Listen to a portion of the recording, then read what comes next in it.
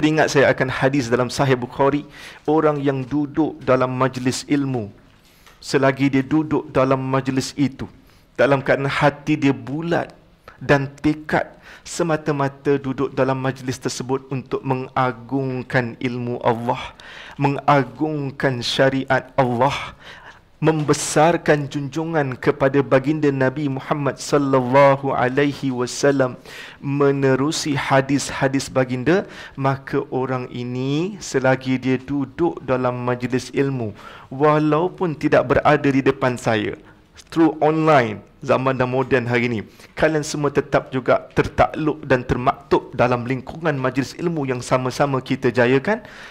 Titik tolak yang pertama yang dirakamkan dalam hadis tu, Allah akan ampunkan dosa kita. Mungkin banyak kita buat dosa tanpa sedar hari ini, dan mungkin ini adalah saatnya sambil mendengar akan ilmu, perkongsian, perbahasan tentang wuduk, sambil kita diampunkan dosa oleh Allah. Bukankah itu satu keuntungan ataupun khabar gembira buat orang-orang yang beriman? Checklist untuk anda semua. Baik. Okey, yang kedua pula, Allah akan tangguhkan bala. Ini satu lagi keagungan yang besar buat siapa-siapa yang melaksanakan majlis ilmu.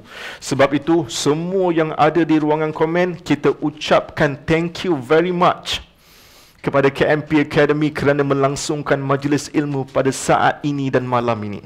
Mungkin ini boleh menjadi asbab tertangguhnya, tertundanya yang bala mungkin Allah dah susunkan untuk turunkan di sekitar Kajang, tapi sebab keagungan majlis ilmu, Allah postpone. Ma asaba min musibatin illa biiznillah wa man yu'min billahi yahdi qalbah.